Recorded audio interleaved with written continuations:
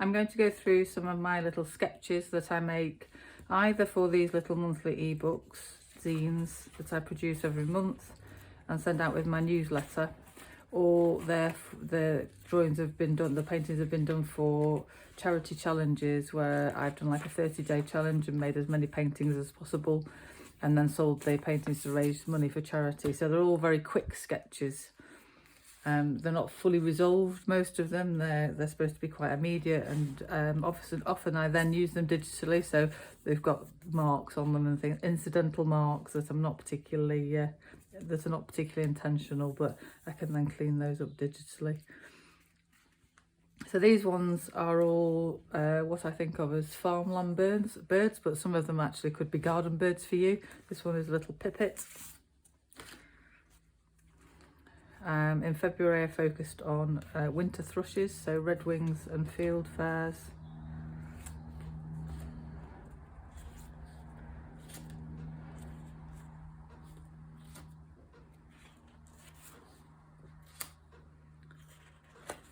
The swallow.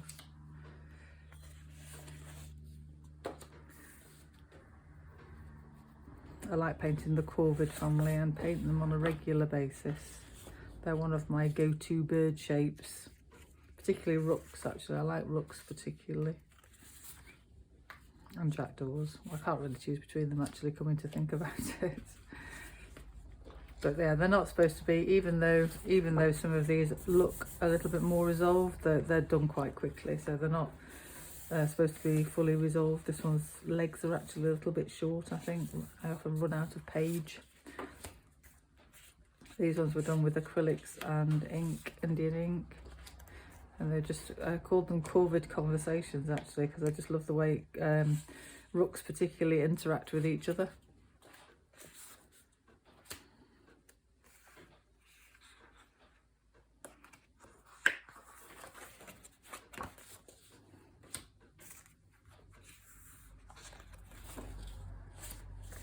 Swifts were my focus for last August. I also made a lot of monoprints for this particular edition. I find swifts quite hard to draw. They're quite an unusual shaped bird. They have very big eyes. I often get I don't think the wings are quite right on that one. And I find them quite difficult to draw for some reason. It's a wheat ear, yellow hammer, a starling, snipe, cuckoos who I hear every year. Hopefully they return every year. They have done for as long as I've been in this particular studio. And finally a white throat. So those are my little farmland birds. If you'd like to subscribe to my newsletter, then you'll get a little ebook to print and keep, or you can read them online if you'd rather. And I gather together public domain poetry, so really old and strange poetry of it, often stories and fables and things like that, and then I use my illustrations to populate them.